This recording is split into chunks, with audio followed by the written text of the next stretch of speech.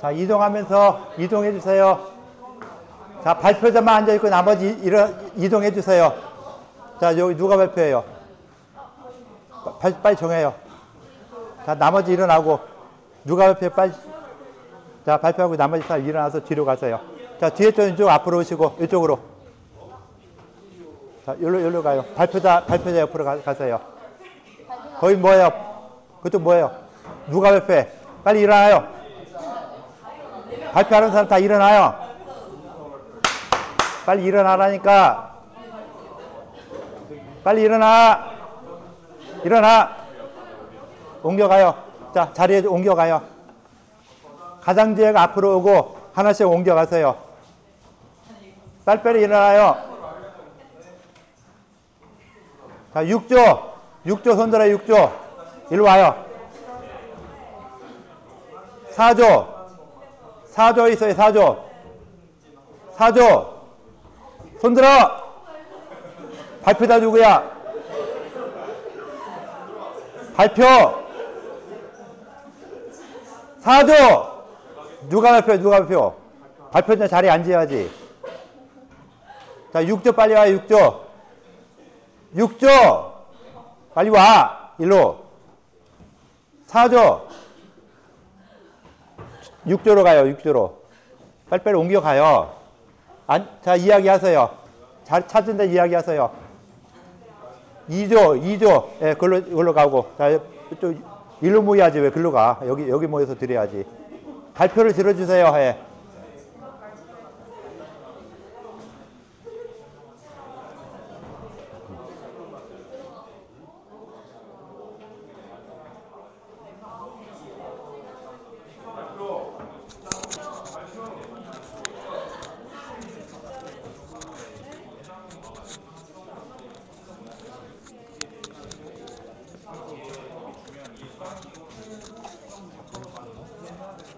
네, 이게 중요한. 소리 안 나. 이게 중요한 이유가 뭐 가장 큰 특징은 방제약 이제 약 만들어서 처방하는 거에서 가장 많은 공헌을 했다고 하는데 이렇게만 하면 좀 어려우니까 대표적인 예가 이제 마왕탕을 처방하는 데 있어가지고 이제 혹시 한의학개론 시간에 배우긴 했었는데 그 군신자사의 원칙이라고 약을 4가지 측면에서 나눠가지고 한 원칙으로 다룬 게 있는데 그런 측면에서 그냥 도움이 됐다고 아시면 될 것 같고 그래서 저희가 살펴본 거는 뭐냐면은 이게 여기서 좀 더 나아가야 되니까 상한작병론에서 혹시 어떤 측면에서 좀 더 방제하게 기여를 했냐 이거를 간단히만 이제 요약을 하면은 저희가 그 생리학 시간에 삼음상향이라고 해가지고 이제 삼음이 소음, 태음, 소음 이거 좀 섞인 것 같은데 삼향이 효양, 태양, 양명 이렇게 3가지 측면이 있는데 발표 다른 줄은 질문을 좀 같이 해주세요. 형제내경에서는 이거를 그냥 이론적으로 3가지로 나뉘고 삼향은 3가지로 나뉜다 이 정도에 그쳤으면은 이제 상한론에서는 이거를 이제 그 병하고 연결시킨 거예요. 그래서 잠시만요. 발표 다단계는 여기서 나왔듯이 뭐 음은 뭐 이제 저희가 생리학 시간에 배운 것처럼 이증, 허증, 한증, 이어한 이렇게 연관을 시키거든요. 그래서 이거 3개의 병하고 연관시키고 삼양은 표실열 이렇게 3가지로 연관시켜가지고 좀 더 구체적으로 병을 나누고 거기에 맞게 처방을 했다는 측면에서 좀 차이를 보여요. 그래서 방제에서 좀 의미가 있는. 질문할 거 질문하세요.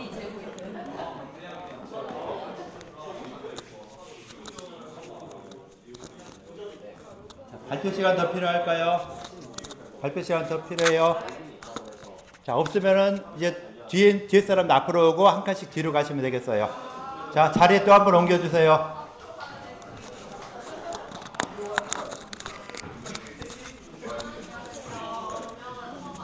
마이크 들고 계세요. 소리 안 나가요. 네. 요것만 되는 거니까.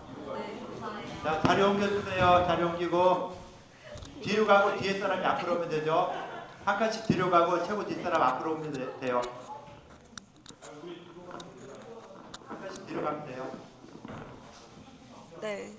황제 내경에 대해서 발표하겠습니다. 자, 발표된 황제 내경은 중국의 전통 의학서 중 하나인데 현존하는 가장 오래된 저서이고 기원전 3세기경에 편찬된 것으로 알려져 있습니다.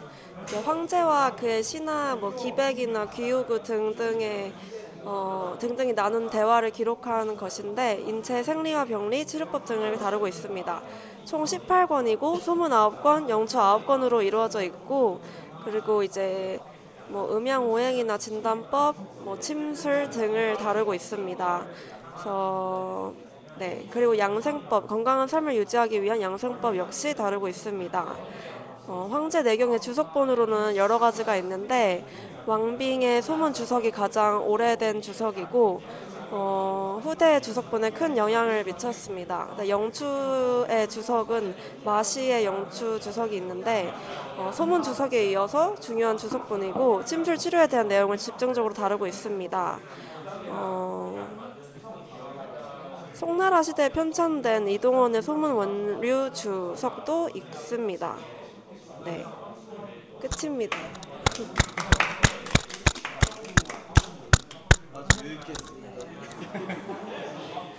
질문 있으신가요?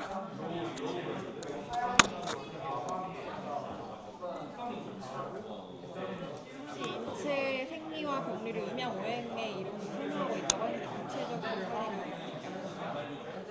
있을까요? 구체적인 사례요? 아니 우리가 지금 알고 있는 음양오행으로 적용하는 거랑 차이점이 있는지 아니면 1년 해도 모르겠어. 지금 우리가 알고 있는 그 음양오행 차이점이 있는지. 황제내경 목화토금수 그 음양오행과 다르지 않은 것 같습니다. 네. 다른가요? 그걸 여쭤봤어요. 황제 내경을 비판한 사람도 있을 것 같은데 주석은 다르고 논쟁이 있었나? 발표 다 된 저는 질문 좀 해주세요. 근데 황제내경을 여러분 비판한 질문 해결 사람은 안 된 거는 마지막에 또 다시 그런 질문 주석은 다시 잘 할 테니까 모르겠고 네. 질문들 하시고요. 내려옵니다. 잘 모르겠네요. 네, 다 했습니다. 네. 질문 다 했어요. 질문 다 했어요. 자, 다 됐으면 자리로 돌아가시면 될 것 같아요. 자, 질의응답까지 끝났으면은 자리로 돌아가 주시죠.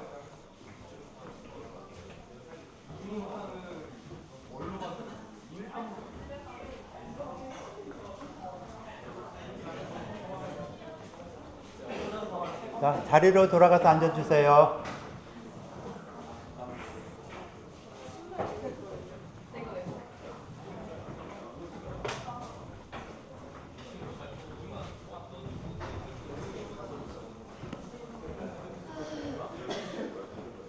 자, 지금 우리가 황제내경, 그 다음에 신농본초경, 장준경 요 세 가지에 대해서 각 조별로 연구하고 발표하고 나름대로 질의응답했어요. 혹시 그 질문한 사항에서 해결이 안 된 부분들 있을 수 있죠. 그런 부분들을 좀 질문을 해주시죠.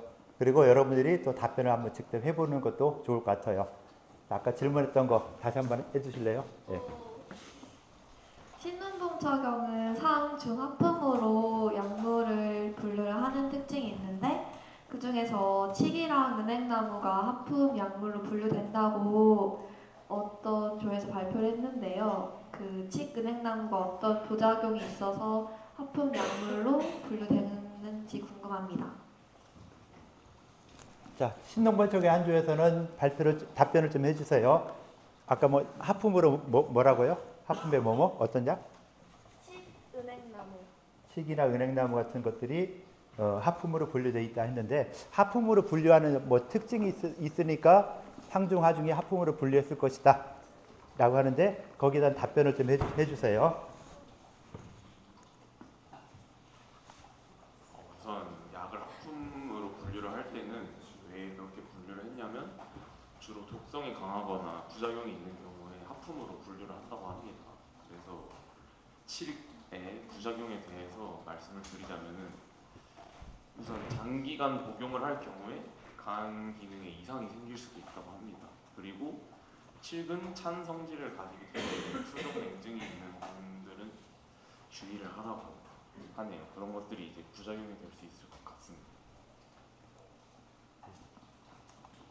예, 뭐 부작용이 있으니까 아마 상중하 중에 하품으로 분류를 했을 것이다 라는 그런 요지였는데, 또 뭐 신농부처럼 같이 앉아서 다른 이야기 좀 할 수 있을까요? 예. 아니요, 일단 거기에 대한 거 먼저 하고서 다른 질문 받을게요. 네, 신농본청에 대해서 이쪽 쪽에서 했죠. 자, 그런 거기에 대해서 뭐 답변할 거, 이야기할 거. 지금 저런 질문 나왔을 때 거기에 대해서 어떤 답변을 해야 되느냐? 저 질문에 대해서요? 네. 자, 질문이 칡이나 뭐 이런 약재들이 하품으로 분류를 해놨는데 왜 하품으로 분류했을까? 아니면 상중 하품으로 분류하는 분류 기준이 무엇일까? 뭐 이런 거라도. 아니면 다른 질문 들어온 거 말해도 돼요. 그 상중 하품에 대해 다른 질문 받았었는데. 일단 그거 한번 이야기해 보세요. 그럼. 네. 우선 그 AI한테 질문을 했을 때 상품이랑 하품에 인삼이 둘 다 들어가 있어서 질문을 받은 적이 있거든요. 그래서 다시 AI한테 왜 너 상품이랑 하품 둘 다 넣어놨냐고 물어봤는데, 네. 그래서 정확한 분류는 상품이라고 하고, 상품이 그 계속 그냥 많이 먹어도 부작용이 없고 좀 독성이 없는 그런 애들을 상품이라고 한다고 하고, 인삼이 대표적으로 좀 뭔가 특정 장기간 복용해야지 효과가 좋다고 할 만큼 부작용이나 이런 게 많이 없는 약재라고 하더라고요. 표정 아닌가요? 아니요, 하세요. 자신 있게 네, 이야기해요. 그래서 전 인삼이 상품이라는 걸 또 알게 되었습니다. 예. 뭐 다른 뭐 질문에 대한 답변은 아니지만 그래도 상중하로 나누는 기준을 봤을 때 뭐 독이 있냐 없냐 또는 뭐 이 효능이 어떠냐 이런 거에 따라서 상중하로 나눈다라고 하는 이런 부분들을 다시 한번 설명에 따라 볼 수 있겠죠. 그 내경이나 그 이전 시대에서는 약식 동원이라는 것이 일단 더 큰 거라 그랬죠. 그래서 음식물 같은 아무리 오래 먹어도 큰 부작용이 없는 거. 그런데 아무리 오래 먹어도 부작용이 없는 거는 거의 없죠. 보리쌀 같은 경우도 성질이 좀 차니까 오래 먹으면 소화도 잘 안 되는 경우도 있고 그럴 수 있어요. 그래서 이런 음식 같은 우리가 일상적으로 먹는 음식도 어느 정도 이 치우친 성질이 있을 것이다. 그 치우친 성질이 더 심한 거냐 덜한 거냐 이거에 따라서 상중하로 나눈 것이다라고 볼 수 있어요. 그래서 그 칡 같은 경우도 보면은 우리가 칡을 먹어요 안 먹어요? 먹죠. 그 칡좀 내서 먹기도 하고 막 이렇게 먹는데 그게 독성이 있어서 하품이면은 상중하 중에 하면은 합급이면 먹을 수 없는 것이죠. 이건 한쪽으로 치우친 성질이다라고 봤는데 그거는 신농본적에도 아주 옛날 시대에는 좀 치료 효능이 뛰어난 어떤 성질 치우친 이런 약이다라고 봐서 하품으로 분류한 것이지 이것이 뭐 진짜 독성이 아주 심하다 뭐 그런 약도 있겠지만은 칡이 혹시나 하품에 들어갔다는 나 이거 처음 듣는 얘기인데 칡이 하품에 들어갔다는 건 나도 잘 몰라요. 신농본청을 보고 그 서여 이 여 또 이런 것이 그 서 이런 것이 그 어디야 하품에 들어있나 안 들어있나 확인해야 되겠지만은 하품이라고 이렇게 누가 발표를 했으니까 그걸 믿고서는 또 이야기해 보면은 또 그런 성질 때문에 한쪽으로 치우친 좀 찬 이런 성질 때문에 그 칡이 그 하품에 들어갔을 것이다라고 생각할 수 있는 이런 부분이라고 볼 수 있을 것 같아요. 네, 질문 하나 했고 또 다른 질문 또 혹시 다른 분야에 대해서 뭐 전체 어떤 분야든 돼도 이렇게 할게요. 네, 질문하고 답변 좀 할게요. 네. 저도 신농본 초경에 대해서 묻고 싶은데 신농본 초경에서 독성이 있는 거를 하품으로 분류한다고 했어요. 근데 독성이 있는 걸 어떻게 치료에 쓸 수가 있는 것이고 만약에 그 어떤 방식으로 사용되는 건지가 궁금합니다. 하품을 독성 있는 거라고 했는데 독성 있는 걸로서 어떻게 치료를 하고 치료할 수 있느냐 하는 뭐 이런 부분들 질문에 대한 답변. 자, 신농본 초경 마이크 좀 전해줘요. 네.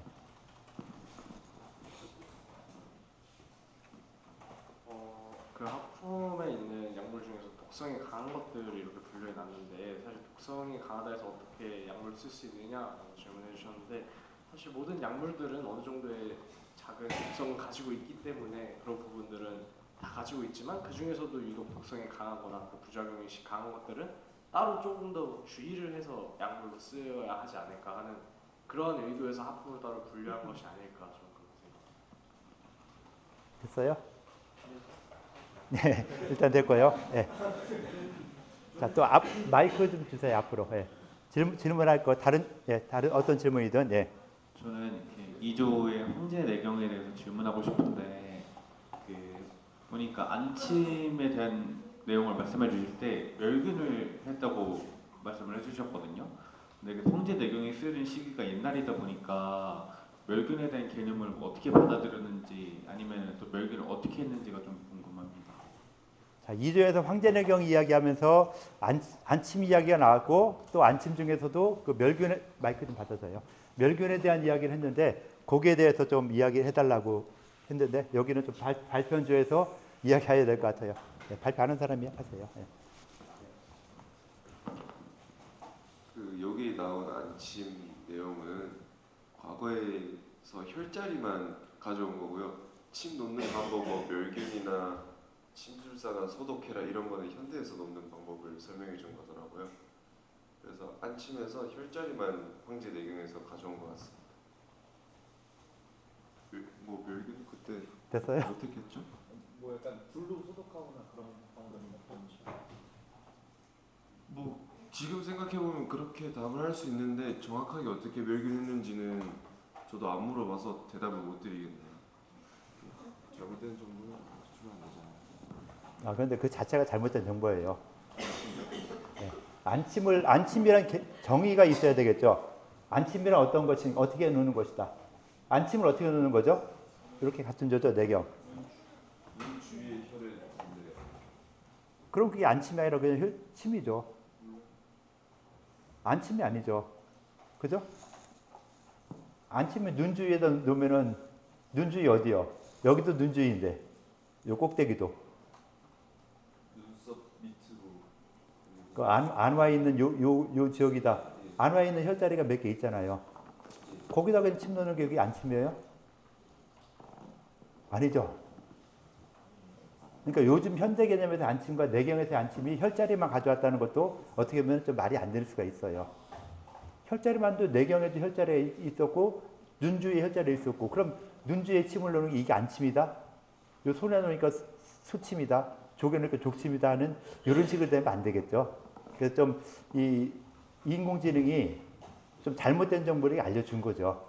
그래서 그 정보 자체가 안침이라는 정보 자체가 완전히 잘못된 건데 잘못된 걸 이야기하면은 안 되니까 나중에 여러분들이 내경을 이야기하면서 안침에 대한 답을 썼다 하면 나는 그 시험 문제에 대해서 점수 안 주죠. 빵점이죠. 인공지능까지 활용하고 모든 자료를 활용해서 답안을 썼는데 잘못된 정보를 줬다 하면은 나는 점수를 줄 수 없어요. 반 점수도 아니라 아예 0점을 주게 돼요. 왜? 모든 자료를 다 참고해서 쓰라고 했는데 잘못된 정보를 가져왔다. 그리고 그 정보에 대해서 확인을 안 했다. 하는 이런 부분이 되기 때문에 0점 처리할 수밖에 없어요. 그러니까 이거는 지금 잘못했다고 뭐라 하는 게 아니에요. 앞으로 할 때 또 중간고사도 보게 되잖아요. 그런 중간고사 볼 때도 이런 걸 다 활용할 수 있게 하는데 그냥 오픈북이고 하니까 다 모든 걸 활용하는데 그때도 이렇게 잘못된 답변 쓴다면은 그때 진짜 점수가 안 나갈 수 있죠. 그러니까 미리미리 그런 거에 대해서 하나하나씩 검토해 나가는 것이다. 이렇게 보는 게 좋겠죠. 그래서 지금 틀린 거 나중에 황제내경 이야기하면서 안침 얘기 할 거예요, 안 할 거예요? 못 하죠. 안침 얘기하면 이 무식한 사람아 이러겠죠. 그래서 그렇게 잘못된 정보들은 그러니까 인공지능이 얼마나 정확하게 이야기하느냐 이것도 좀 알아줘야 되고 여러분들이 네이버에서 뭐 어떤 검색을 한다 했을 때 그 검색 내용이 진짜 정확한 거 아닌가 이건 또 한번 생각해 볼 필요가 있겠죠. 그래서 그런 것들을 계속 잘못된 거는 계속 수정해 나가야 된다라는 걸 보여야 될 것 같아요. 또 다른 질문 혹시 있을까요? 예. 그 뒷조에서 상한 잡변론에 대해서 설명을 해줬는데 이게 제가 알기로는 상한론의 여러 책권 중에서 상한 잡변론이 포함된다고 알고 있거든요. 그래서 상한론에는 정확히 어떤 책들이 수록되어 있는지 다른 책들이 궁금합니다. 예, 상한론 발표한 조 이쪽인가요? 예, 답변을 좀 해주시죠. 상한론 누가 했어요? 예. 마이크 주세요. 예. 그 상한론 안에 여러 책이 있다고 하신 건가요? 질문. 그 아까 질문했을 때 상한 잡병론이 상한론에 포함된다고 하잖아요. 아, 네, 맞아요. 그 상한 잡병론이라는 책 안에는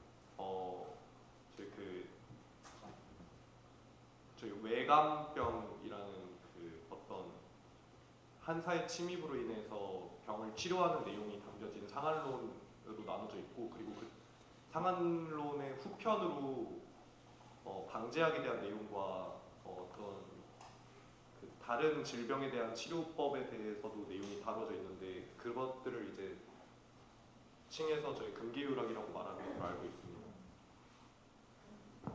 예, 대략 그렇게 답변해줬고요. 예, 좀 추가로 이야기할 이쪽 교회에서 한번 추가로 이야기할 수 있을까요? 누가 추가로 상한 잡병론에 대해서 예, 일단 한번 얘기해 보고요. 예, 어떻게 될지 몰라도 어떤 예. 책이 들어갔는지 정확히는 모르겠는데 제가 이제 코넬로도 작성하면서 확인하기로는 이제 내용이 바로 전해진 건 아니고 상한잡병론이 작성하고 나서 이제 뭐 예특화의 정리 수집을 통해서 상한론으로 전해 내려왔다고 들었고, 그 다음에 뭐 손사막 청금 요강에서도 언급돼 있고, 그 다음에 왕수가 금기옥합 요강을 찾고, 이런 것들이 이제 상한론 관련된 내용이라고 해가지고 전해 내려왔다고 알고 있습니다. 예. 자, 상한잡병론이라고 이야기하는 부분은요, 우리가 상한잡병론이라고 책을 써서 이야기하고 있죠. 올라가라. 자, 장기의 상한잡병론이라 해서 나오는 책이 있는데, 이 책은 그냥 책 이름이 아니에요. 원래는 그냥 상한잡병이라는 이런 책 이름도 뭐 별로 아니었죠. 아니었는데 요걸 갖다가 그 금방 발표한 것처럼 만들어졌는데, 장기라는 사람이 만들었는데 그 다음에 어떻게 됐는지 몰라요. 그래서 내가 책 하나 써놓고 책 하나 끌적거려놓고서는 그게 어떻게 됐나 모르는데, 모르고 있다가 나중에 보니까, 나중에 한 40-50년 후에 보니까 다른 사람이 이거 좋은 책이다 라고 해서 그걸 갖다가 또 공부했고, 그것이 누구냐면은 왕빙이라는 사람이 상한예라는 문장을 거기다 추가해가지고선 상한이라는 걸 썼어요. 그래서 아니 왕빙이냐 누구냐, 왕빙이 아닌데 갑자기 나도 저간에 하여튼 그런 책, 이런 문서를 썼는데 그 문서를 갖다가 내용을 읽어보니까 금방 말했던, 아까 말했던 독감에 해당되는 외감이라 표현했죠. 아까 발표할 외감이라 표현은 외감인데 특히 더 독감 쪽에 갇혀와요. 감기가 아닌 독감 쪽에서 치사율이 높은 독감으로서 병이 생긴 부분들, 그런 부분이 있고, 또 그거 말고도 다른 부분도 있더라 라고 해서 독감에 해당되는 부분을 모아서 이걸 상한론이라고 이야기를 하고 있고, 그 이외의 부분들은 이거는 그냥 일반적인 병증, 잡병에 대한 이야기다 라고 해서 상한과 잡병으로 구분을 해서 상한잡병론이라는 책을, 이 현대 사람이 상한잡병이라는 책을 만들어서 이름을 붙였어요. 그 이전에는 뭐 별 이름들이 별로 없었다가 상한잡병론이라고 이렇게 이야기하고, 그 다음에 그 상한 부분과 이 잡병 부분이 따로따로 이렇게 전파가 된 것 같아요. 그러니까 그 맥을 갖다 정한 사람이, 갑자기 맥경 지은 사람이 누구죠? 맥경. 하여튼 뭐 그 사람이 왕빙 아니고 그 사람이 상한론 부분을 갖다가 후세에 전해줬어요. 후세에 전해준 이런 부분이 있고, 그래서 장준경이 상한론이라는 책을 만들었는데 그걸 갖다가 어떻게 그걸 전파됐나 모르는 걸 후세에 이 상한론에 관련되는 부분을 모아서 자기 책에다 좀 썼고, 그 다음에 손사막 선생도 그 책에, 자기 책에다가 아마 그걸 썼다고 하는데, 판본이 좀 다른 거에서 없고 하나 판본이 있고 해서 그것도 애매해요. 하여튼 그렇게 해서 좀 형태로 전해져 내려와다가 이제 이 왕빙, 손사막 이후에 상한론에 대한 연구를 좀 더 하기 시작했어요. 좀 더 구체적인 연구를. 그래서 송대, 금대, 원대 이런 시대에 상한론에 대한 굉장히 연구를 시작을 하게 되는. 그래서 그 다음에 이제 당나라 수당 시대까지는 상한론에 대한 연구가 별로 없었어요. 크지 않았는데, 이것이 이제 그 송나라 시대의 그 뭐랄까 그 교정의소국에서 책을 갖다가 많이 그 수집해서 책에 대한 교정을 하는 이런 과정에서 이 상한에 대한 연구를 많이 하게 되는 이런 부분이 생긴 것이죠. 그래서 그 이후로부터 상한병에 대해서 연구를 하는 이런 부분이 있었어요. 그래서 상한과 잡병이 따로따로 되어 있는데 이 금원 시대에 송대 이 왕수라는 사람이 그 장서가 그 도서관에 있는 책 중에 하나 뽑았는데 이것이 상한잡병론 중에서 또 잡병에 해당되는 부분이구나라고 해서 그걸 갖다가 뭐 금계유락이라고 하는 이런 식으로 발전하게 되는 이런 부분이 있게 되는 것이죠. 그래서 상한과 잡병이란 부분이 책이 하나의 책에서 여러 가지 내용들을 분류해 놓은 것이다. 그래서 상한병과 잡병으로 분류해서 상한과 잡병이라고 편의상 나눠서 이야기하는 것이다. 이렇게 봐줘야 되겠죠. 상한 잡병론을 그렇게 이야기하게 되는 그런 부분이 있는 것이고요.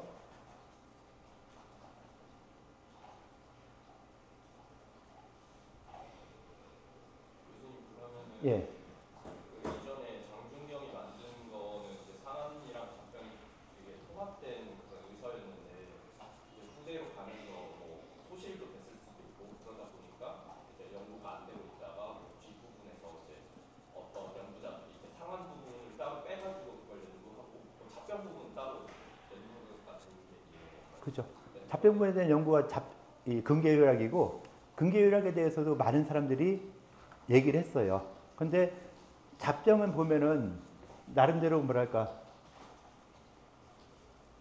사람 죽는 게 좀 덜했죠. 그러다 보니까 조금 더 뭐랄까 더 관심을 갖는 것은 많은 사람들이 갑자기 죽고 하는 이런 병들 그런 병들에 대한 연구가 좀 더 많았고 그리고 또 한의학 자체에서도 볼 때 외감이라는 것은 좀 더 쉬운 이런 부분이 많이 있었죠. 그 잡병 중에서 뭐 황달 같은 병 이런 거 갑자기 죽는 거 아니잖아요. 오래 걸리지만 좀 불편하지만은 갑자기 죽는 게 아니니까 그런 병들에 대해서는 잡병을 다 모아놓고 급하게 이 병세가 급하게 변하고 또 자연계에 살면서 외부에서 들어오는 외감병 이런 것들은 좀 더 변화가 심하고 하다 보니까 거기에 대한 연구를 좀 더 많이 했다라고 볼 수 있겠죠. 그래서 그런 식으로 전해지는 것이다라고 볼 수 있는 거예요.